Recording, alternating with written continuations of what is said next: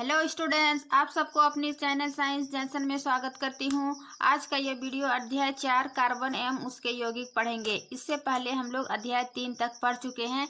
जिसने नहीं देखे हैं वो चैनल पर जाके देख सकते हैं। जैसा कि आप सबको पता है कि हम एनसीईआरटी का हर टॉपिक अपने नोट्स से अपने नोट्स से पढ़ाती हूँ, ताकि एनसीईआरटी का हर पॉइंट टू पॉइंट अपने नोट्स में तैयार किए हैं और इसी नोट्स से हम पढ़ाते हैं। क्योंकि नोट्स से पढ़ाने से क्या होता है, जल्दी कवर हो जाएगा यानी वन शॉट वीडियो आपका एक ही नोट्स में आप बुक से अच्छे से नोट्स में समझ पाइएगा, ताकि आपको आसानी हो समझने में और कम समय में बेहतर नोट्स आपको प्राप्त हो जाएगा।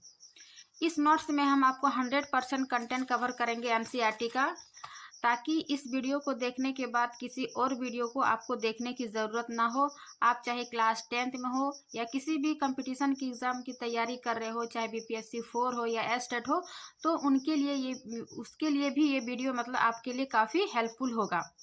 और इस चैप्टर में जो इस पूरे चैप्टर को हम एक सिस्टमेटिक ढंग से तैयार किए, ताकि आपके बुक का जो है वो सारा एक्टिविटीज़ कवर हो जाए और जो भी क्वेश्चन आंसर बीच का हो चाहे अभ्यास का हो वो भी कवर हो जाए। जो भी कुछ छूटा होगा तो हम क्वेश्चन आंसर के सीरीज लेकर आएंगे, उसमें आपका कंप्लीट कवर हो जाएगा। फिलहाल हम कोशिश किए कि इस नोट्स में आपका क्वेश्चन आंसर भी कवर हो जाए और आपका जितना भी एक्टिविटीज़ हो वो सारा इस नोट्स में आपका कवर हो जाएगा। तो चलिए बिना देरी के शुरू करते हैं आज की क्लास।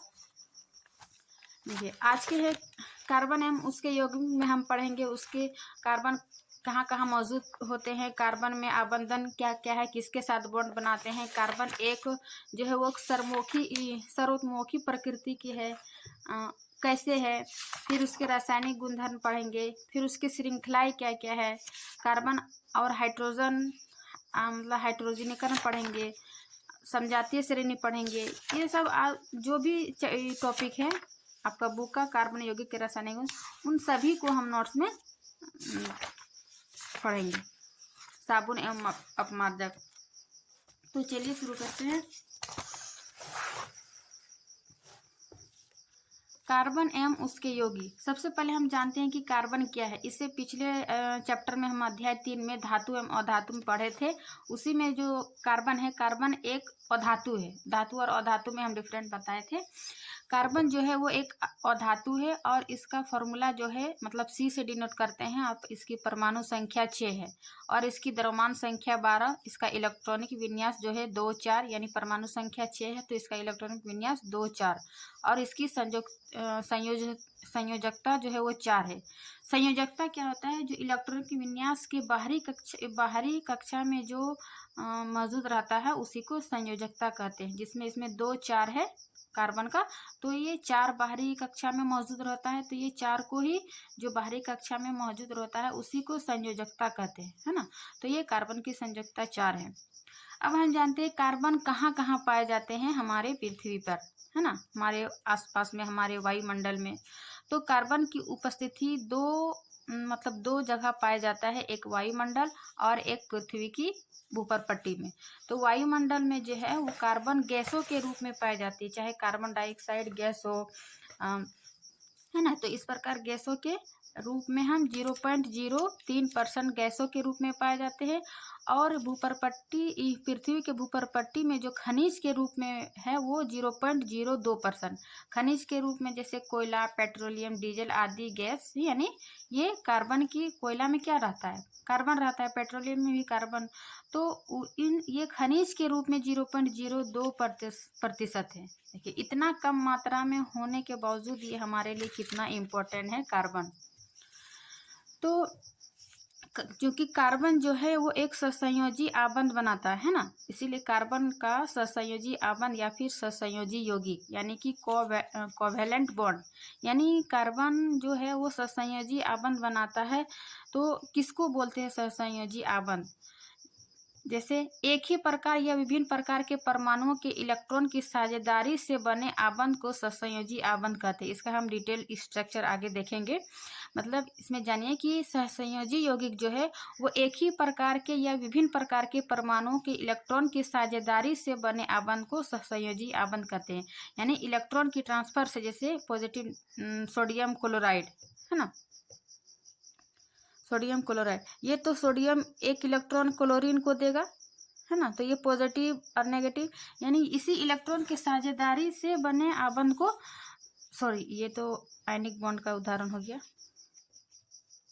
है ना, परमाणु के इलेक्ट्रॉन की साझेदारी से बने आबंध सहसंयोजी आबंध कहते हैं। फिर हम देखते हैं सहसंयोजी आबंध 3 प्रकार के होता है। एक है सिंगल बॉन्ड, दूसरा है डबल बॉन्ड, तीसरा है ट्रिपल बॉन्ड। यानी एक जोड़ा इलेक्ट्रॉन के साझेदारी से बने बॉन्ड को सिंगल बॉन्ड कहते हैं। जैसे कि कार्बन कार्बन के बीच, हाइड्रोजन हाइड्रोजन के बीच, यानी सिंगल बॉन्ड। एक जोड़ा इलेक्ट्रॉन की साझेदारी से बने बॉन्ड को सिंगल बॉन्ड कहते हैं। वही दूसरा क्या है, डबल बॉन्ड। 2 जोड़ा इलेक्ट्रॉन के साझेदारी से बने बॉन्ड को डबल बॉन्ड कहते हैं। और इसका स्ट्रक्चर किस प्रकार होगा, ये double bond O double bond, C double bond, इसका इस प्रकार भी डॉट विधि से भी इसको साझेदारी बना सकते हैं। और तीसरा है ट्रिपल बॉन्ड है ना, त्रिया बॉन्ड। इसमें क्या होता है, 3 जोड़ा इलेक्ट्रॉन के साझेदारी से बने बॉन्ड को त्रिआबंध कहते हैं, यानी ट्रिपल बॉन्ड कहते हैं। जैसे नाइट्रोजन नाइट्रोजन के बीच, कार्बन कार्बन के बीच भी ट्रिपल बॉन्ड बनाता है। अब है सहसंयोजी आबंध के गुणधर्म, मतलब इसका क्या गुण है। तो सबसे पहले जानेंगे कि सहसंयोजी आबंध के गलनांक एवं कथनांक जो है वो कम होता है। क्योंकि ये साझेदारी के फलस्वरूप बनता है, तो इसलिए इसका गलनांक एवं कथनांक जो है वो कम होता है। और यह विद्युत का कुचालक होता है। हम धातु अधातु में भी बताए थे कि विद्युत का सुचालक कहाँ बनता है, जहाँ पर आयन बनता है, यानी आयन का ट्रांसफर होता है, स्थानांतरण होता है, वहाँ पर कुछ चालक होता है। जबकि यह सहसंयोजी है जो, या विद्युत, क्योंकि ये इलेक्ट्रॉन का साझेदारी होता है, इसलिए ये क्या है, ये विद्युत का कुचालक होता है। सहसंयोजी बॉन्ड के भीतर जो है वो प्रबल बॉन्ड, लेकिन इसका अंतराण्विक बल जो है वो दुर्बल होता है। और चूंकि कार्बन जो है वो एक चतुसंयोजकता है, यानी चतुसंयोजकता मीन्स उसकी संयोजकता जो देखिए कार्बन की है ना, संयोजकता जो देखिए उसकी 4 है। तो इसीलिए इसको कार्बन जो है उसको चतुसंयोजकता कहते हैं। यानी कार्बन के 4 संयोजकता होने के कारण कार्बन ना तो 4 इलेक्ट्रॉन खोएगा और ना ही 4 इलेक्ट्रॉन प्राप्त करेगा। यानी कि कार्बन का जो 4 संयोजकता है वो 4 मतलब बाहरी कक्षा में उसको 8 प्राप्त पूरा करने के लिए वो ना तो 4 इलेक्ट्रॉन खोएगा और ना ही 4 इलेक्ट्रॉन प्राप्त करेगा। ऐसे क्यों? क्योंकि 4 जो है अतिरिक्त इलेक्ट्रॉन को धारण करना कार्बन के लिए अत्यंत कठिन है, और कार्बन द्वारा जो 4 इलेक्ट्रॉन खोने के लिए वो अत्यधिक ऊर्जा की आवश्यकता होती है। यानी कि 4 इलेक्ट्रॉन उसको 8 पूर्ण करने के लिए वो 4 इलेक्ट्रॉन धारण करना जो उसके लिए कठिन हो जाता है, और 4 इलेक्ट्रॉन खोने के लिए भी उसको अत्यधिक ऊर्जा की आवश्यकता होगी। इसलिए कार्बन जो है वो साझेदारी बनाता है ना, साझेदारी से वो अपना सहसंयोजी आबंध बनाता है। इसलिए कार्बन जो है अपने अन्य परमाणु अथवा अन्य तत्वों के परमाणुओं के इलेक्ट्रॉन के साथ जो है वो साझेदारी का आबंध बनाएगा। कार्बन एक उत्कृष्ट गैस उत्पन्न करता है। समझ गए कि कार्बन क्यों सहसंयोजी आबंध बनाता है, क्योंकि वो 4 इलेक्ट्रॉन धारण करने में भी कठिन है और 4 इलेक्ट्रॉन खोने में भी उनको क्या है, अत्यधिक ऊर्जा की आवश्यकता होगी, इसीलिए वो साझेदारी बनाता है, बॉन्ड बनाता है। अब देखते हैं कार्बन की सर्वतोमुखी प्रकृति, यानी कार्बन के अंदर ऐसा गुण है कि वो सर्वतोमुखी, यानी सभी के साथ वो बॉन्ड बनाने के लिए वो तब सेटिस्फाई होता है। जैसे कि चतुसंयोजकता, यानी कार्बन परमाणु के 4 संयोजकता होती है, जिसके कारण कार्बन 4 अन्य परमाणु एक संयोजी परमाणु जैसे कार्बन हाइड्रोजन सिंगल बॉन्ड, जो single bond double bond triple bond बनाए के साथ आबंध बना सकता है। इसीलिए इसका जो है एक अलग नेचर है, अनोखी नेचर है कि ये चतुसंयोजकता होती है। दूसरा क्या है, श्रृंखलन है ना। श्रृंखलन क्या है कि कार्बन परमाणु के बीच सहसंयोजी आबंध बनाकर लंबी श्रृंखला या फिर शाखा श्रृंखला या फिर वलय संरचना वाले यौगिक का निर्माण करते हैं। यानी कार्बन का गुण जो है वो श्रृंखलन होता है। श्रृंखलन मीन्स वो लंबी चेन की तरह मतलब संरचना बनाती है, या तो फिर ये गोलाकार या फिर ये वलय संरचना है ना। जैसे कि ये लंबी कार्बन कार्बन के बीच एक सिंगल बॉन्ड से लंबी श्रृंखला बनाती है, या फिर उसके कार्बन के बीच शाखा यानी ब्रांच इस तरह के बीच संरचना बनाती है, या फिर ये वलय संरचना है ना। कार्बन ये बेंजीन का स्ट्रक्चर इस प्रकार बनता है। तो ये कार्बन का ये गुण है ना, श्रृंखलन है कि ये अपने साथ कई श्रृंखला बना सकती है, लंबी श्रृंखला बना सकती है, वलय संरचना बना सकती है, शाखा श्रृंखला बना सकती है। तो ये इसका श्रृंखलन गुण है। और पहला है चतुसंयोजकता। तो ये दो गुण के कारण जो है वो कार्बन अलग गुण प्रदर्शित करती है, यानी सर्वतोमुखी प्रकृति की। इसीलिए कार्बन को भी अलग चैप्टर माना गया कि कार्बन एवं उनके यौगिक। अब इसके हम आगे जानते हैं हाइड्रोकार्बन, है ना। हाइड्रोकार्बन क्या है, नाम से ही पता चलता है हाइड्रोकार्बन यानी जिसमें कि हाइड्रोजन और कार्बन होता है। यानी हाइड्रोजन और कार्बन के बीच जो बॉन्ड बनता है उसको हाइड्रोकार्बन कहते हैं। जैसे कि हम लोग मीथेन, इथेन, प्रोपन ये सब देखते हैं ना मीथेन ग्रुप में। ये क्या है, एक कार्बन है और 4 हाइड्रोजन जुड़ा हुआ है। यानी हाइड्रोजन और कार्बन के बीच आबंध जो बनता है उसको हाइड्रोकार्बन कहते हैं। अब हाइड्रोकार्बन को है वो 2 भाग में बांटते हैं। जैसे कि एक है संतृप्त यानी सैचुरेटेड और दूसरा है असंतृप्त यानी कि अनसैचुरेटेड। संतृप्त में क्या होता है, ये यौगिक अधिक अभिक्रियाशील नहीं होते है ना, और असंतृप्त जो है वो अधिक अभिक्रियाशील होती है। ये यौगिक अधिक अभिक्रियाशील क्यों नहीं होते हैं, क्योंकि संतृप्त हाइड्रोकार्बन जो है वो एकल बॉन्ड बनाता है ना, सिंगल बॉन्ड बनाता है। और इसका एग्जाम्पल हम एल्केन देख सकते हैं, एकल बॉन्ड बनाता है। और संतृप्त जो है इसको 2 भाग में बांटते हैं, यानी ये डबल बॉन्ड और ट्रिपल बॉन्ड दोनों बनाता है। और संतृप्त में इसका डबल बॉन्ड में हम एल्किन को देख सकते हैं, एल्किन आता है, और ट्रिपल बॉन्ड में एल्काइल आता है। अब इसका सूत्र को ध्यान में रखिए, ये एग्जाम में पूछा जाता है। आप चाहे क्लास 10th में हो या कंपटीशन एग्जाम में, इससे क्वेश्चन मतलब फॉर्मूला बेस्ड क्वेश्चन पूछ दिया जाता है। जैसे एल्केन का क्या सूत्र है, CnH2n+2, इसका हम बना के बताएंगे, इसका सूत्र याद रखिए। फिर है एल्किन का सूत्र CnH2n, फिर है एल्काइन का CnH2n-2, है ना। तो इसका ये सूत्र हुआ। अब इसका एग्जाम्पल देखते हैं कि एल्केन में क्या क्या होता है। जैसे methane, ethane, propane, butane, pentane, hexane. Methane में जैसे कि CnH2n है ना, जैसे CN का मतलब क्या हुआ, हम कार्बन की संख्या 1 लेते हैं, ठीक। और H2n, H कितनी है यहाँ, सॉरी H2n 2 है ना, गुना N की संख्या कितनी है 1 + 2। तो इस प्रकार क्या हुआ, C2 गुना 2 + 2 कितना हुआ CH4। तब इस प्रकार की ये फॉर्मूला बनता है। यानी इसी फॉर्मूला से सारा एल्केन ग्रुप बनता है, यानी मीथेन, इथेन, प्रोपेन, ब्यूटेन।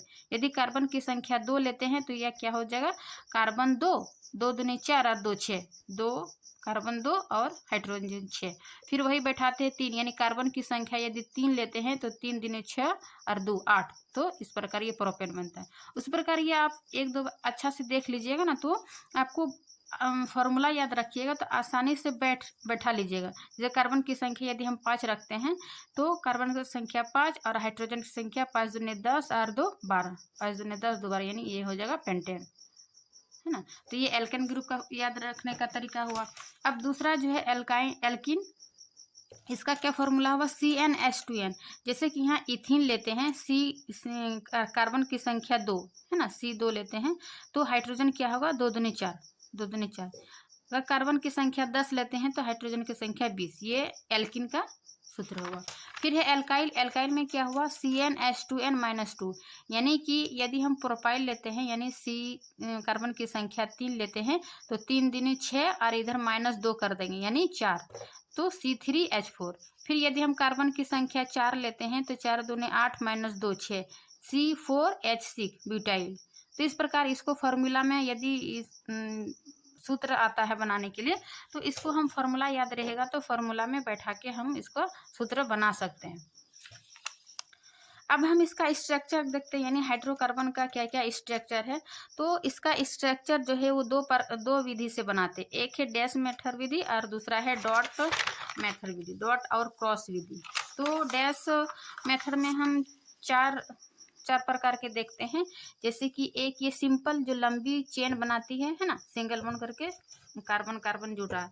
फिर वही डबल बॉन्ड करके इस प्रकार एक डबल बॉन्ड, फिर सिंगल सिंगल, एक ट्रिपल बॉन्ड, फिर सिंगल सिंगल, फिर इसको ब्रांच यानी शाखा में इस प्रकार भी बना सकते हैं। तो ये डैश मेथड जो है वो चार तरीका से हम इसका स्ट्रक्चर बना सकते हैं। जैसे सिंगल बॉन्ड कार्बन कार्बन का सिंगल बॉन्ड में हम देखें मीथेन है ना, मीथेन कार्बन के एक कार्बन है एक, और हाइड्रोजन यहाँ हाइड्रोजन मीथेन 4 होगा, इसके चारों ओर 4 हाइड्रोजन लगा देंगे तो ये मीथेन का स्ट्रक्चर हो गया। फिर वही इथिन का देखेंगे तो डबल बॉन्ड, क्योंकि यहाँ ये एल्किन ग्रुप का है तो ये इसमें क्या होगा डबल बॉन्ड, तो ये C डबल बॉन्ड और HH ऐसे लगा देंगे तो ये हो जाएगा इथिन। फिर वही ट्रिपल बॉन्ड का यदि हम उदाहरण लेते हैं प्रोपाइल का, तो इस प्रकार का ये स्ट्रक्चर बना सकते हैं, यानी ट्रिपल बॉन्ड। इसको कहीं भी ले सकते हैं, इधर भी, और इसके चारों ओर हाइड्रोजन लगा देंगे। और फिर ये एक ब्यूटेन, यानी इस प्रकार का भी बना सकते हैं इसका स्ट्रक्चर। तो ये थी हाइड्रोकार्बन मतलब स्ट्रक्चर बनाने की एक डैश मेथड विधि। अब इस दूसरा है डॉट और क्रॉस विधि, यानी इसको क्रॉस और डॉट लगा के भी स्ट्रक्चर बना सकते हैं। जैसे कि यहाँ पे C4H8 ली, यानी ब्यूटीन। तो इस सबसे पहले इसको कार्बन की 4 ले लेते हैं। उसके बाद कार्बन की बाहरी कक्षा में कितना रहता है ना, अभी हम पढ़े 2 और 4 है ना, तो 1 2 3 है ना 4। तो इसके चारों ओर जो है ये हाइड्रोजन के एक और कार्बन का एक, हाइड्रोजन का एक कार्बन का इधर भी एक होगा तब ना, 1 2 3।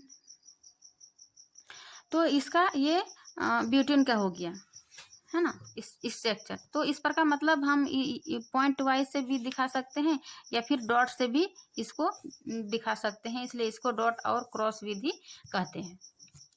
अब इसका हम थोड़ा सा नाम पद्धति यानी जिसको नॉमेनक्लेचर बोलते हैं उसके बारे में, जैसे कि एल्केन का जो ग्रुप पढ़े है ना, तो इसका रूल नंबर 1 रूल नंबर 2 पढ़ेंगे नॉमेनक्लेचर। जैसे एक कार्बन है तो उसको क्या बोलेंगे मेथ, 2 कार्बन है तो उसको एथ बोलेंगे, 3 कार्बन है तो प्रोप बोलेंगे, 4 कार्बन है तो ब्यूट बोलते हैं, तब ना उसको एक कार्बन तो methane, ethane, propane, butane, pentane, hexane. तो इन्हीं से मीथेन, मीथ से ही मीथेन, इथ से ही इथेन, तब मीथ से ही अगर एल्किन ग्रुप है तो मीथीन, इथीन, फिर एल्काइल ग्रुप है तो मिथाइल, इथाइल, प्रोपाइल है ना। तो ये पॉइंट याद रखिएगा कि एक कार्बन को मिथ बोलेंगे, 2 कार्बन को इथ, 3 कार्बन को प्रोप, 4 कार्बन को ब्यूट, 5 कार्बन को पेंट, 6 कार्बन को हेक्स, 7 कार्बन को हेप्ट, 8 कार्बन को ऑक्ट, 9 कार्बन को नॉन, 10 कार्बन को डेक। तो ये आपको 10 तक तो याद होना ही चाहिए, यानी क्लास 10th में है आप तो आपको 10 तक याद करना पड़ेगा। फिर है रूल नंबर 2 कि यदि सिंगल बॉन्ड है तो एन करेंगे, यानी कि जैसे कि सिंगल बॉन्ड हम एल्केन में किस में देखे, सिंगल बॉन्ड एल्केन में है ना, सिंगल बॉन्ड हम किस में देखे एल्केन ग्रुप में, और डबल बॉन्ड किस में देखे एल्किन में, ट्रिपल बॉन्ड किस में देखे एल्काइन में। तो रूल नंबर 2 वही बता रहा है कि सिंगल बॉन्ड यानी रहे तो एन लिखेंगे, यानी एल्केन है ना, एल्केन, मीथेन, इथेन, जैसे मीथेन लिखे METHANE तो एन आया। तो यही बोल रहा है कि यदि सिंगल बॉन्ड रहेगा और एल्केन ग्रुप है तो उसको एन लिखेंगे। वही डबल बॉन्ड होगा तो इन यानी मीथीन, METHENE मीथीन।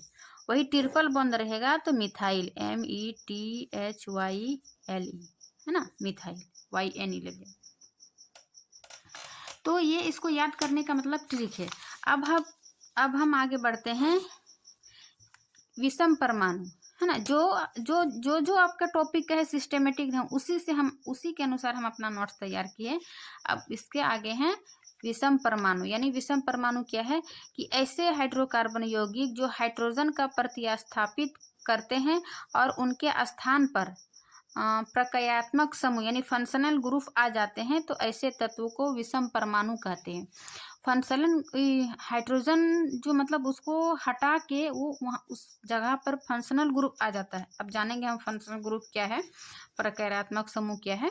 तो ऐसे हाइड्रोकार्बन यौगिक जो हाइड्रोजन को हटाकर यानी प्रतिस्थापित करके उसके स्थान पर एक दूसरा फंक्शनल ग्रुप आ जाता है तो ऐसे तत्व को विषम परमाणु कहते हैं। अब फंक्शनल ग्रुप क्या है कि वह विषम परमाणु या विभिन्न परमाणुओं का समूह जो कार्बन यौगिक को अभिक्रियाशील या विशिष्ट गुण प्रदान करता है। यानी कि फंक्शनल ग्रुप के आ जाने से वो एक विशिष्ट गुण प्रदर्शित करता है या फिर अभिक्रियाशील तथा विशिष्ट गुण प्रदान करते हैं। ठीक, क्या है फंक्शनल ग्रुप? सॉरी, जैसे फंक्शनल ग्रुप के प्रकार, ये जो है फंक्शनल ग्रुप 5 प्रकार के होता है। सबसे पहले हम जानते हैं हेलोजन, है ना।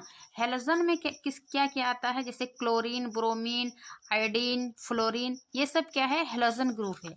दूसरा है OH, यानी जिस भी परमाणु संख्या में OH आ जाए वो एल्कोहल ग्रुप का है। फंक्शनल ग्रुप इसका क्या होगा, एल्कोहल। फिर तीसरा है C डबल बॉन्ड OH, ये क्या है, एल्डिहाइड, है ना। C डबल बॉन्ड OH, ये एल्डिहाइड। फिर पांचवा है C डबल बॉन्ड O, यानी इसको कीटोन ग्रुप कहते हैं। फिर चौथा पांचवा है C डबल बॉन्ड OH, ये क्या है, कार्बोक्सिलिक अम्ल। यानी ये 5 जो है वो फंक्शनल ग्रुप है और इन्हीं फंक्शनल ग्रुप के वजह से परमाणु संख्या का जो है वो एक विशिष्ट गुण प्रदर्शित करता है। फॉर एग्जाम्पल इसका हम देख सकते हैं से ये कार्बन की संख्या 3 लिए तो इसकी हाइड्रोजन के परमाणु क्या होगा, 3 दूनी 6 7 8 हो गई। यानी इसके अनुसार C3H8, ये क्या हुआ, मीथेन, इथेन, प्रोपेन हुआ। और जब एक हाइड्रोजन को हटा देंगे तो ये C3H7 हो जाएगा और इसके स्थान पे तो कोई लाना होगा, है ना। वो यही ना परिभाषा था कि एक हाइड्रोजन को हटाकर उसके स्थान पर कोई फंक्शनल ग्रुप लाएंगे। यानी फंक्शनल ग्रुप यदि हम हेलोजन को लेंगे तो यहाँ पर क्या आ जाएगा, क्लोरीन, फिर क्लोरीन, ब्रोमीन, आयोडीन, फ्लोरीन कुछ भी आ जाएगा, या फिर एल्कोहल, एल्डिहाइड, कीटोन, कार्बोक्सिलिक, इन 5 ग्रुप में कोई एक हाइड्रोजन हटके उस स्थान पे आ जाता है तो इसी को फंक्शनल ग्रुप कहेंगे। यहाँ पर एग्जांपल दिए C3H5Cl, यानी कहीं भी बैठा सकते हैं, क्लोरीन या कुछ भी बैठ सकता है, यहाँ एग्जाम बताए। फिर वही C3H7OH, OH यहाँ लग गया लास्ट में, तो ये कौन सा ग्रुप हुआ, फंक्शनल ग्रुप, एल्कोहल ग्रुप। तो इसका स्ट्रक्चर इस प्रकार बनाएंगे। फिर यहाँ देखो C डबल बॉन्ड OH आ गया तो ये कौन सा ग्रुप हो गया, एल्डिहाइड ग्रुप, है ना। एल्डिहाइड ग्रुप का ये फंक्शनल ग्रुप है। तो ये 5 ग्रुप याद रखिएगा कि कहाँ क्या है, तो उसी के अनुसार आप मतलब स्ट्रक्चर को पहचान कर पाइएगा कि कौन सा ग्रुप का क्या है। तो इस टाइप फंक्शनल ग्रुप से क्वेश्चन आता है कि फंक्शनल ग्रुप की पहचान करें। जैसे ये स्ट्रक्चर दे दिया या फिर इस टाइप का फॉर्मूला दे दिया, इसमें OH लगा तो ये कौन सा फंक्शनल ग्रुप है, तो ये हो जाएगा एल्कोहल ग्रुप। इसी प्रकार ये C डबल बॉन्ड OH है तो ये कौन सा फंक्शनल ग्रुप है, तो ये होगा एल्डिहाइड। उसी प्रकार C डबल बॉन्ड O दे देगा तो ये कौन सा ग्रुप है, ketone group. C double bond OH दे देगा ये तो ये कौन सा ग्रुप है, तो कार्बोक्सिलिक अम्ल। तो ये 5 ग्रुप याद रखिएगा तो आपको फंक्शनल ग्रुप की पहचान करने जो क्वेश्चन आ जाता है वो आप आसानी से बना लीजिएगा। अब है समजातीय श्रेणी यानी कि होमोजेनियस कैटेगरी। ये समजातीय श्रेणी क्या है, ये बहुत बार एग्जाम में भी अरेंज करने के लिए दे दिया जाता है। जैसे कि कार्बन यौगिक की वह श्रृंखला जिसमें हाइड्रोजन एक ही प्रकार के फंक्शनल ग्रुप द्वारा प्रतिस्थापित होता है।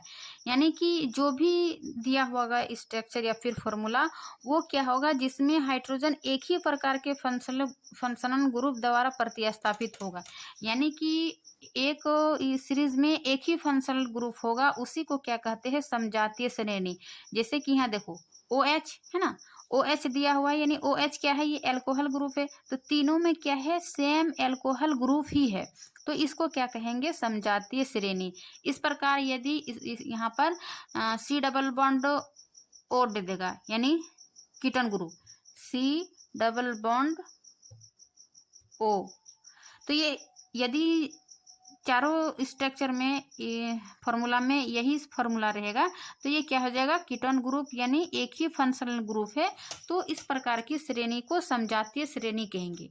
एक ही फंक्शनल ग्रुप याद रखिएगा जिसमें होगा वो समजातीय श्रेणी कहेंगे। अब समजातीय श्रेणी के क्या क्या गुणधर्म है, जैसे समजातीय श्रेणी के गुणधर्म है कि वो समान प्रक्रियात्मक समूह यानी समान फंक्शनल ग्रुप हो, चाहे वो अल्कोहल हो, कीटोन हो, कार्बोक्सिलिक हो, वो एक ही फंक्शनल ग्रुप होगा।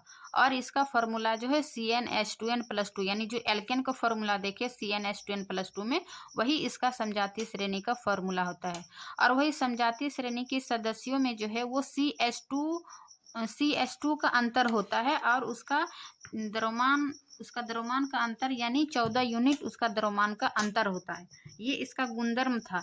ये CH2 अंतर होना क्या है, जैसे कि यहाँ कार्बन की संख्या क्या है 2 और हाइड्रोजन की 5, यहाँ कार्बन की संख्या 3, हाइड्रोजन की 5, यानी 7 में 5 कार्बन की अंतर, ये दोनों में क्या हुआ, 1 कार्बन के अंतर।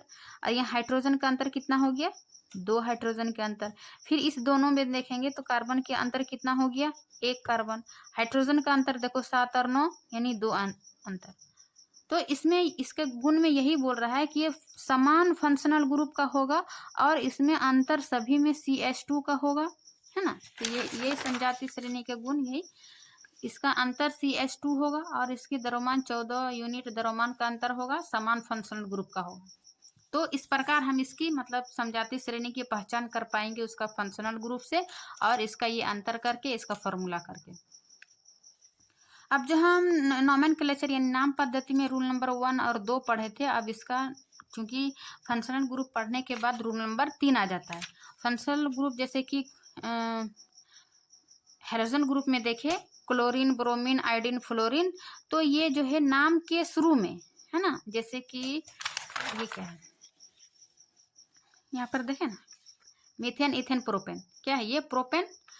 प्रोपेन में क्या लग गया, ये halogen group, functional group halogen लग गया, क्लोरीन, ब्रोमीन।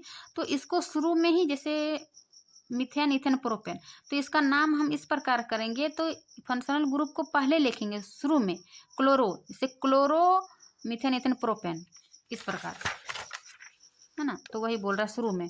अब जैसे अल्कोहल रहेगा, अल्कोहल ग्रुप OH, तो वहां पर जो है OL लगाएंगे अल्कोहल ग्रुप। और यदि C डबल बॉन्ड OH यानी एल्डिहाइड ग्रुप रहेगा तो यहाँ पे AL लगाएंगे। इसका हम देखेंगे आगे किस प्रकार नामकरण करते हैं। यदि कीटोन ग्रुप रहेगा C डबल बॉन्ड, तो इसको ऑन लिखते हैं, ऑन, कीटोन ग्रुप में ऑन। और वही C डबल बॉन्ड OH है तो उसको ओइक एसिड लिखेंगे, जिसको कार्बोक्सिलिक एसिड का ये फंक्शनल ग्रुप है C डबल बॉन्ड OH, तो इसका नाम में ओइक एसिड लिखेंगे। जैसे यहाँ उदाहरण से समझिए, यदि आपको दे दिया कि ब्यूटेनोइक एसिड का नाम लिखे, तो सबसे पहले तो इसका पहचान कीजिए कि ब्यूटेनोइक, ओइक कहाँ लिखते थे, इसका फंक्शनल ग्रुप की पहचान कीजिए कि ब्यूटेनोइक जो एसिड है वो किसका फंक्शनल ग्रुप था। तो हम सबसे पहले वो लिखेंगे, C डबल बॉन्ड OH लिख दी, यानी कि ये कार्बोक्सिलिक एसिड का फंक्शनल ग्रुप है। अब ब्यूट कितना में था, मीथेन, इथेन, प्रोपेन, ब्यूट, यानी 4 कार्बन की संख्या, तो 4 कार्बन की संख्या लिखिए और उसका फंक्शनल ग्रुप लिखिए, बाकी हम हाइड्रोजन लगा देंगे। तो ये क्या हो जाएगा मेरा ब्यूटेनोइक एसिड। तो नाम से हम उसका ग्रुप की पहचान करेंगे। ये था ये रूल नंबर 3, है ना।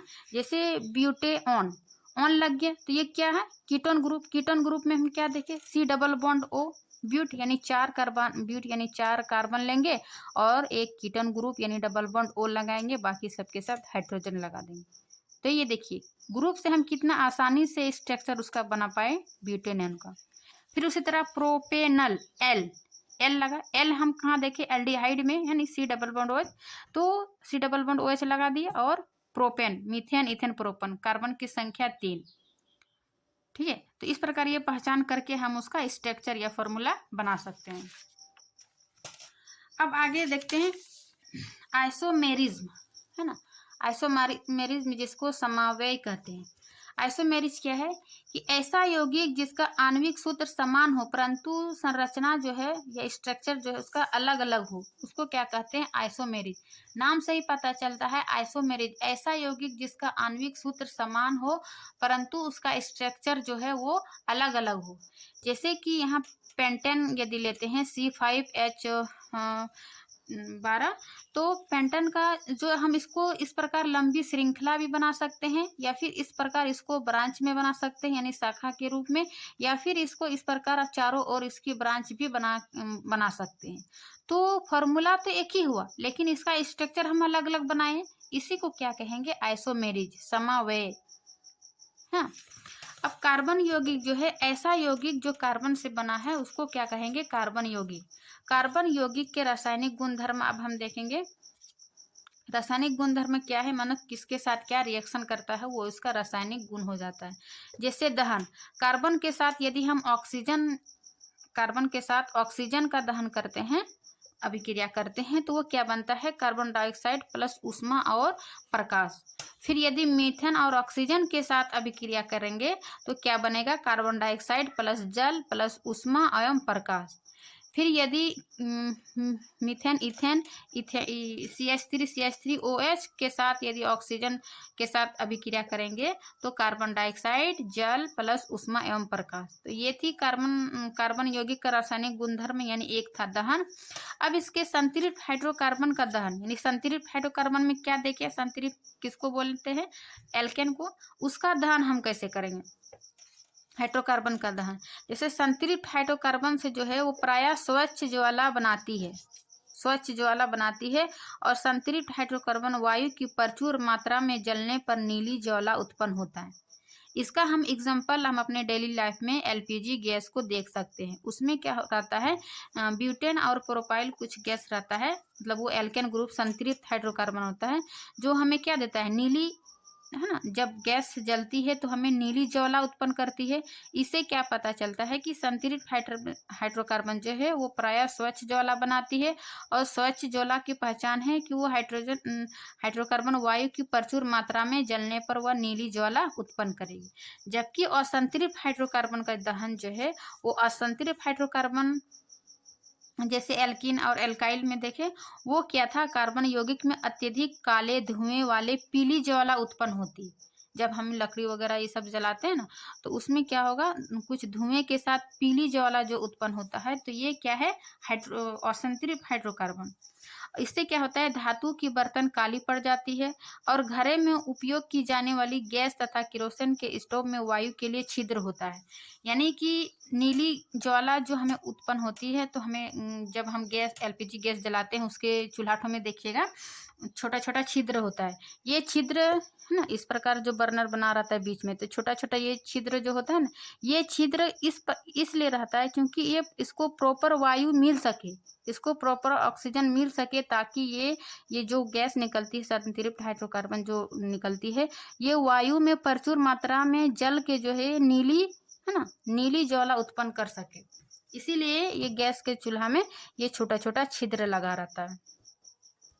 ये देखिए संतृप्त हाइड्रोकार्बन और असंतृप्त हाइड्रोकार्बन, इसमें नीली ज्वाला उत्पन्न होती है संतृप्त में, और असंतृप्त में पीली ज्वाला उत्पन्न होगी, जो कि अत्यधिक काले धुएं वाले पीली ज्वाला उत्पन्न होती है।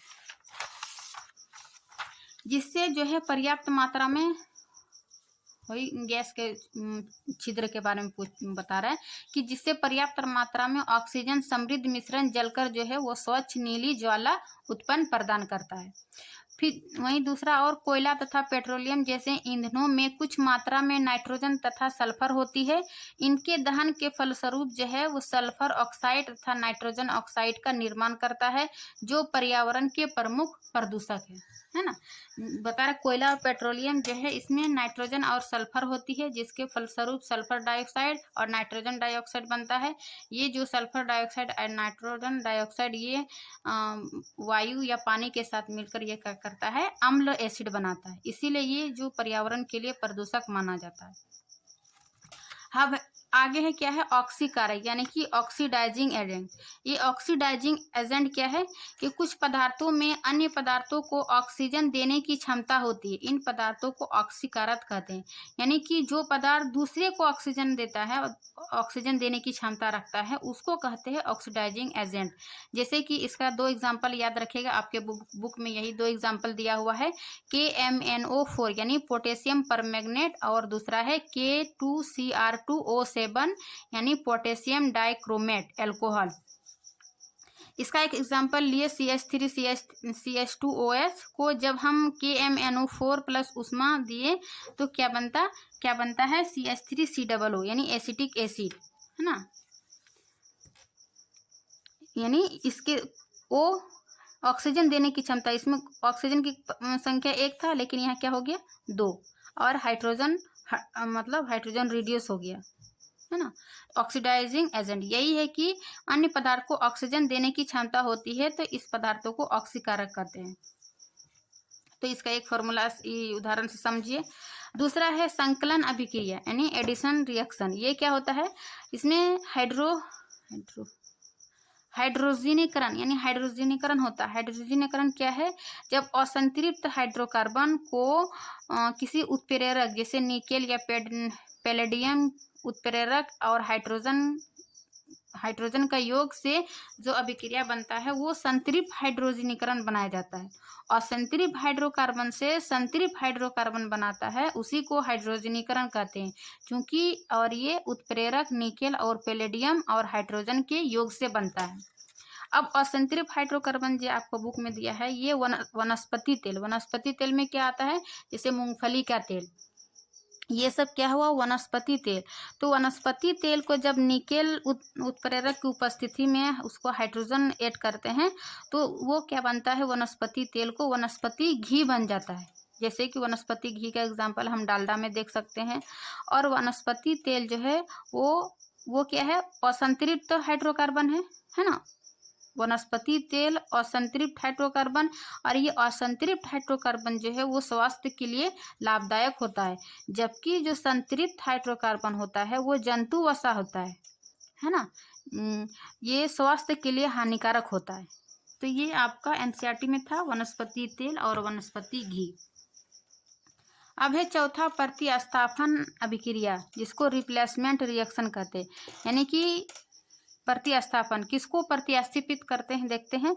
जैसे यहाँ पर मीथेन लिए प्लस क्लोरीन, ये सूर्य के प्रकाश की उपस्थिति में क्या करते हैं, मिथाइल क्लोराइड यानी CH3Cl प्लस HCl, यानी ये हाइड्रोजन को रिप्लेस किया। क्लोरीन सामान्यतः उच्च समजाति एल्केन के सूर्य के उपस्थिति में क्लोरीन एक एक करके हाइड्रोजन के परमाणुओं का प्रतिस्थापित करते हैं, इसे प्रतिस्थापन अभिक्रिया कहते हैं। यानी जब इसको सूर्य के प्रकाश की उपस्थिति में अभिक्रिया करवाएंगे तो ये क्या करेगा, क्लोरीन हाइड्रोजन एक एक करके हटाएगा, यानी प्रतिस्थापित करेगा, रिप्लेस करेगा, इसीलिए इसको प्रतिस्थापन अभिक्रिया कहेंगे। अब आगे कि कुछ महत्वपूर्ण कार्बन यौगिक, यानी बुक में आपका है कि कुछ महत्वपूर्ण कार्बन यौगिक जैसे कि एथेनॉल अम्ल, है ना, इसको अल्कोहल भी बोलेंगे, अल्कोहल या एथेनॉल एसिड। इसका फॉर्मूला होगा C2H5OH एथेनॉल एसिड। इसका गलनांक जो है, इसका क्वेश्चन मतलब बोर्ड के हिसाब से पूछा जाता है, इसलिए हम इसका गलनांक लिख दिए कि अल्कोहल का जो गलनांक है 156 केल्विन, और उसका क्वथनांक जो है वो 351 केल्विन, और उसका स्वाद जो है वो ज्वलनशील होता है और ये जल में घुलनशील होता है। यानी अल्कोहल जो है वो जल में घुलनशील होता है। अब अल्कोहल का सोडियम के साथ अभिक्रिया, यानी अल्कोहल जो सोडियम के साथ क्या अभिक्रिया करता है, तो जब एथेनॉल प्लस सोडियम यानी अल्कोहल एथेनॉल ही अल्कोहल हुआ, जब एथेनॉल को सोडियम के साथ अभिक्रिया कराएंगे तो क्या बनेगा, सोडियम एथोक्साइड और प्लस हाइड्रोजन गैस बनेगा। जैसे कि इसका structure C2H5OH plus 2 sodium hydroxide से अभिक्रिया कराएंगे तो ये सोडियम एथोक्साइड का ये फॉर्मूला हुआ C2H5ONa प्लस हाइड्रोजन गैस निकलता है। ये था एथेनॉल का सूत्र और ये इसका स्ट्रक्चर था। अब हम दूसरा कार्बन यौगिक का एग्जाम्पल देखते हैं। एथेनोइक अम्ल, जिसको एसिटिक अम्ल भी कहते हैं, है ना। एथेनोइक अम्ल को ही एसिटिक अम्ल कहेंगे। इसका गलनांक 290 केल्विन और इसका क्वथनांक 391 केल्विन। इसका ये फॉर्मूला हुआ CH3COOH यानी एथेनोइक एसिड। इसका ये स्ट्रक्चर हुआ CHH C double bond OH, oic यानी कार्बोक्सिलिक एसिड का ये फंक्शनल ग्रुप है। अब एक है सिरका। सिरका कैसे बनता है? सिरका जब एसिटिक एसिड का 5 से 6% विलयन को विनेगर यानी सिरका कहा जाता है। इन्हीं एसिटिक एसिड का 5 से 8% विलयन को विनेगर कहेंगे यानी सिरका कहेंगे। एक आता है ग्लेशियल या ग्लेशियर एसिटिक एसिड, यानी कि ग्लेशियल या ग्लेशियर एसिटिक एसिड किसको बोलेंगे? तो एसिटिक एसिड को ही ग्लेशियल या ग्लेशियर एसिटिक अम्ल कहेंगे। क्यों कहेंगे इसको? क्योंकि इसका गलनांक जो है वो 290 केल्विन है, जिस कारण यह ठंडी जलवायु में जम जाती है। तो इसके जमने के गुण के कारण ही इसको ग्लेशियल या ग्लेशियर एसिटिक एसिड कहेंगे। एग्जाम में पूछ दिया जाता है कि ग्लेशियर एसिड किसको कहेंगे, उसको चारों ऑप्शन में, तो इसका आंसर हो जाएगा एसिटिक एसिड या इथेनोइक अम्ल, है ना। अब आगे है एक एस्टिकरण अभिक्रिया। ये बहुत इंपॉर्टेंट सा अभिक्रिया है क्लास 10th में। एस्टिकरण अभिक्रिया, एस्टिकरण अभिक्रिया है जिससे मतलब एस्टर प्राप्त होता है। तो एस्टर किससे प्राप्त होता है? जब एथेनॉल को एथेनोइक अम्ल के साथ अभिक्रिया कराएंगे तो ये एस्टर बनेगा। एथेनॉल क्या है? C2H5OH plus ethanoic acid CH3COOH को अम्ल के साथ अभिक्रिया कराएंगे तो ये क्या बनेगा? एस्टर। और एस्टर का क्या फॉर्मूला हुआ? CH3C double bond O CH2CH3 और जल का बनता है। लेकिन यहाँ तक ये एस्टर का फॉर्मूला हुआ। अब इसका एस्टर का यूज कहाँ किया जाता है? तो एस्टिकरण अभिक्रिया मतलब एथेनॉल प्लस एथेनोइक अम्ल अभिक्रिया के फलस्वरूप एस्टर बनता है। इसी अभिक्रिया को क्या कहेंगे? एस्टरीकरण। अब इसका यूज जो है वो इत्र बनाने में, यानी एस्टर का यूज इत्र बनाने में भी करते हैं। और दूसरा है स्वाद उत्पन्न करने वाले कारक के रूप में, है ना। एक इत्र बनाने में, दूसरा स्वाद उत्पन्न करने वाले कारक के रूप में इसका यूज किया जाता है। फिर है साबुनीकरण। साबुनीकरण क्या है? यानी साबुन बनाने की प्रक्रिया को साबुनीकरण अभिक्रिया कहेंगे। अब साबुन कैसे बनता है? जैसे एस्टर हम देखिए, एस्टर कैसे बना। अब एस्टर को जब सोडियम हाइड्रोक्साइड यानी क्षार के साथ अभिक्रिया करेंगे तो ये CH2H5OH प्लस CH3COOH बनाएगा, है ना। तो साबुनीकरण अभिक्रिया में फिर हम यहाँ एस्टर लेंगे, यानी एस्टर का फॉर्मूला ये है। अब उसको सोडियम हाइड्रोक्साइड के साथ अभिक्रिया करके ये बना। तो इस अभिक्रिया का उपयोग जो है वो साबुन बनाने के लिए किया जाता है, इसीलिए इसको साबुनीकरण अभिक्रिया कहेंगे। सबसे पहले हम एस्टर कैसे बनाई वो देखें। अब एस्टर को जब सोडियम हाइड्रोक्साइड के साथ अभिक्रिया करेंगे तो जो अभिक्रिया बना उस अभिक्रिया को हम साबुन बनाने में यूज करेंगे। जैसे साबुन का क्या फॉर्मूला होता है? C17 है ना, C17H35COO और Na, ये इसका 2 फॉर्मूला होता है साबुन का, सोडियम और C17H35COO और ये पोटेशियम। साबुन का ये 2 फॉर्मूला होता है। अब साबुन के अणु जो है वो एक लंबी श्रृंखला वाली कार्बोक्सिलिक अम्ल होता है। जैसे लंबी श्रृंखला वाली C17H35 और ये COO ये क्या है? कार्बोक्सिलिक अम्ल फंक्शनल ग्रुप है। तो इस साबुन का क्या देखिए, साबुन के अणु जो है वो लंबी श्रृंखला वाले कार्बोक्सिलिक अम्ल होता है। कार्बोक्सिलिक अम्ल के सोडियम एवं पोटेशियम के लवण होते, ये सोडियम और पोटेशियम के लवण होते। इसी फॉर्मूला को हम यहाँ भाषा में लिखे। अब साबुन क्या करता है? साबुन के जो है वो साबुन के 2 भाग होते हैं। एक भाग है जो आयनिक भाग कहेंगे जिसको जल रागी, और दूसरा भाग जल विरागी। यानी एक भाग ये गोल वाला भाग जो है वो सोडियम या पोटेशियम, ये दूसरा जो है ये कार्बोक्सिलिक अम्ल, ये दूसरा भाग कार्बोक्सिलिक अम्ल कहेंगे। पहला ये गोल वाला भाग आयनिक भाग कहेंगे। आयनिक भाग में क्या होता है? जल रागी, यानी ये जल को अपनी ओर खींचता है। और दूसरा जो कार्बोक्सिलिक अम्ल जो है वो जल विरागी, यानी ये जल से दूर भागता है। अब ये कैसे जल रागी और जल विरागी कार्य करता है इसका हम देखेंगे। साबुन और अपमार्जक की सफाई कैसे होती है ना। आपका बुक में है कि साबुन और अपमार्जक की सफाई कैसे होती है, तो इसका आंसर होगा मिसेल क्रिया से। यानी साबुन जो है वो एक मिसेल क्रिया बनाती है, यानी इस प्रकार के ये स्ट्रक्चर बनाती है और इसी से ये इस प्रकार के स्ट्रक्चर से ही कपड़ा साफ होती है। चलिए देखते हैं। साबुन का हम देखें दो अणु होता है, ये गोल बना अणु सोडियम और जल रागी, और ये दूसरा जल विरागी। यानी जो भी हमारे कपड़े में गंदगी है, यानी तेल के बूंद या गंदगी, तो वो क्या होगा, वो पानी से दूर भागेगा, है ना, जल से दूर भागेगा और ये जल की ओर होगा। तो इस प्रकार जब ये जल से दूर भागेगा, मैल यानी एक जगह जमा हो जाएगा और ये जल से दूर भागेगा, तो और जब इसको हम साबुन से रगड़ते हैं तो ये क्या होगा, पानी को छोड़ देता है, पानी से दूर चला जाता है और इस प्रकार ये हमारा कपड़ा जो है वो साफ हो जाता है। जब साबुन और अपमार्जक की सफाई कैसे होती है, इसका क्वेश्चन आएगा, तो ये मिसेल क्रिया से इसका स्ट्रक्चर बना देना है और इसके बारे में लिखना है कि अधिकांश जो है मेल तेलीय होते हैं और साबुन के अणु जो है मिसेल संरचना तैयार करते हैं, जो कि संरचना बताए, जहां अणु एक सिरा तेल कण की ओर तथा आयनिक सिरा बाहर की ओर, है ना, तेल सिरा जो है अंदर की ओर और आयनिक सिरा यानी जल की ओर भागता है और तेल की बूंद जल से दूर भागता है, जल विरागी। ये इससे क्या होता है, पानी में इमल्सन बनता है, यानी पानी को वसा से हटाता है, जो भी तेलीय पदार्थ है उसको दूर भगाते, इमल्सन बनता है। और इस प्रकार साबुन जो है वो मिसेल निर्माण को पानी में घुलाने में मदद करता है और हमारा कपड़ा साफ हो जाता है। तो ये मिसेल क्रिया से क्या हुआ, साबुन का स्ट्रक्चर बना जिससे हमारा कपड़ा साफ हो जाता है।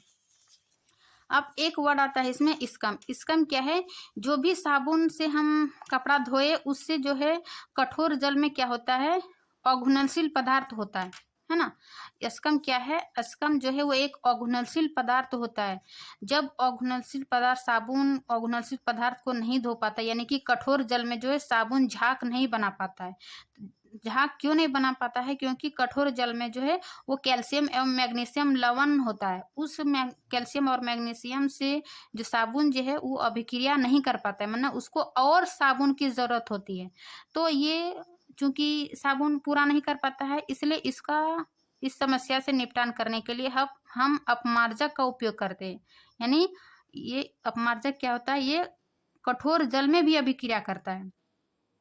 ये इसका वही हुआ कि अघुलनशील पदार्थ होता है कि जब ये कठोर जल में साबुन झाग नहीं बना पाता है, क्योंकि कठोर जल में जो कैल्शियम और मैग्नीशियम लवण होता है जो कि साबुन से अभिक्रिया नहीं हो पाता है।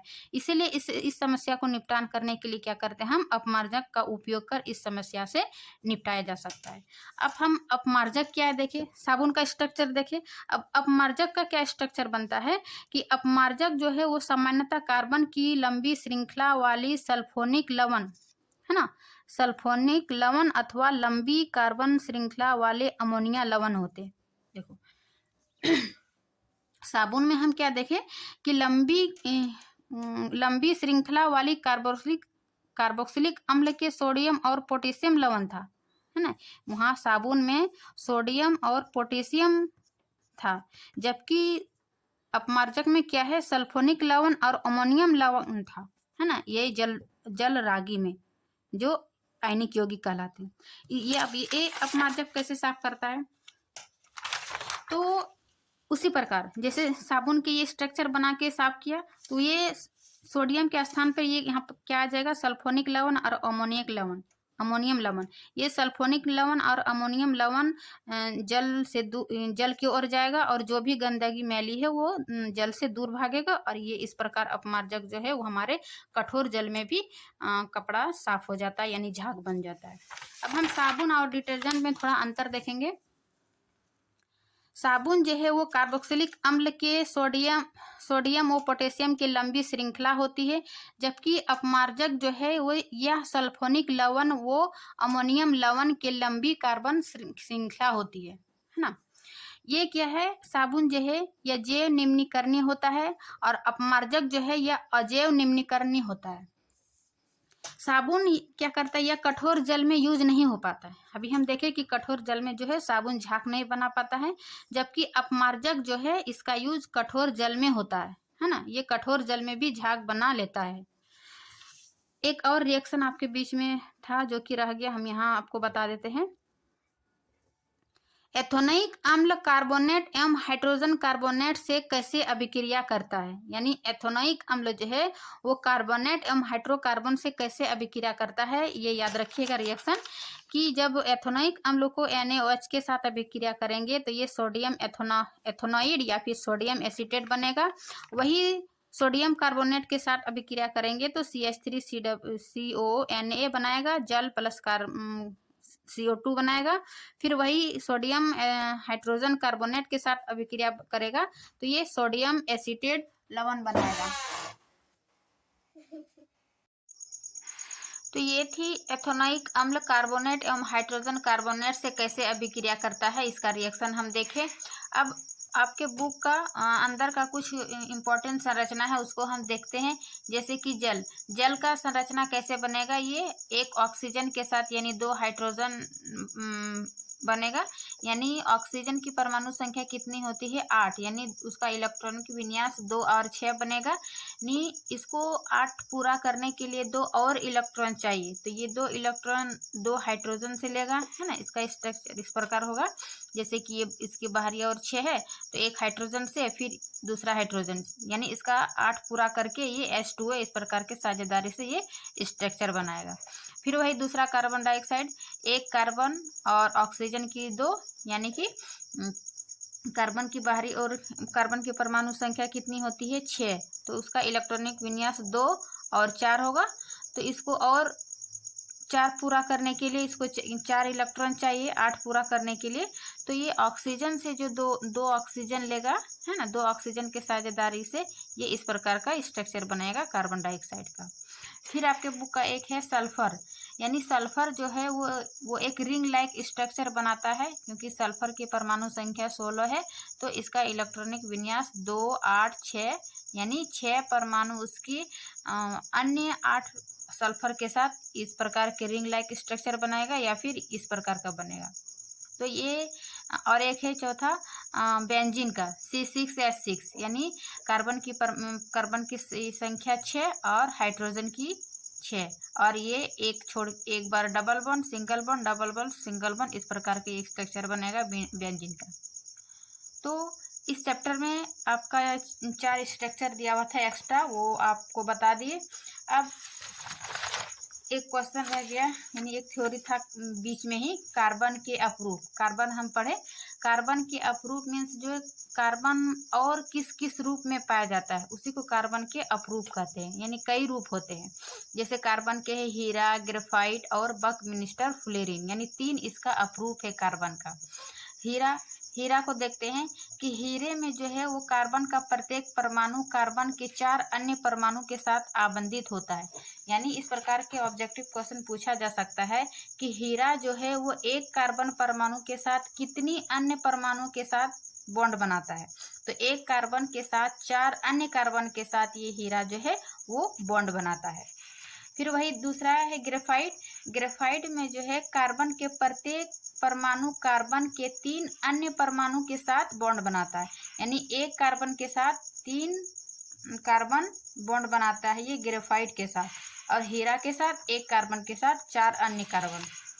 और हीरा जो है ये विद्युत का सुचालक है, मीन्स इससे विद्युत धारा प्रभावित होता है। और तीसरा है C16, यानी C16 इसको बकमिस्टर फ्लोरीन भी कहते हैं। क्यों? क्योंकि ये अमेरिका का एक आर्किटेक्ट बकमिस्टर फ्लोरीन द्वारा डिजाइन किया गया था ये C16, इसीलिए इसी के नाम पर इसको बकमिस्टर फ्लोरीन रखा गया है, जिसे जियोडेसिस गुबंद के समान होने के कारण इसे बकमिस्टर फ्लोरीन नाम दिया गया, यानी इसमें एक कार्बन के साथ 60 अन्य परमाणु से जुड़े होता है ना, एक कार्बन के साथ 60 अन्य कार्बन के साथ जुड़ा रहता है, यानी एक गुंबद के समान स्ट्रक्चर बनाता है, इसलिए इसको C16 कहते हैं। और ये अमेरिका आर्किटेक्ट बकमिस्टर फ्लोरीन द्वारा ये डिजाइन किया गया था, इसीलिए इसी के नाम पर इसे बकमिस्टर फ्लोरीन नाम दिया गया। तो ये थी कार्बन के 3 अपरूप, हीरा, ग्रेफाइट और बकमिस्टर फ्लोरीन, इसको C16 भी कहते हैं। तो इसी के साथ ये आपका बुक जो है अध्याय कितना था, अध्याय 4 कार्बन एवं उसके यौगिक, ये समाप्त होता है। और इस नोट्स में हम 100% आपको कंटेंट कवर किए हैं, ताकि आपको इस वीडियो को देखने के बाद किसी और नोट्स की आवश्यकता ना पड़े।